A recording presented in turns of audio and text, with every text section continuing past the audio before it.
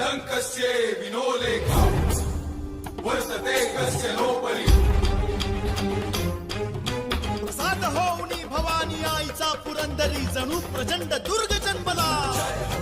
दर्या नभामधून सप्तसागरामधून घोष शंभू शंभू येऊ लागला तरी हळवा शिवमा समान वासतो मायभूमी ध्यास श्वास मधुव्यासी मानतो धर्मशील शौर्यपती आसनास छत्रपती केसरी अतुल्य शोभना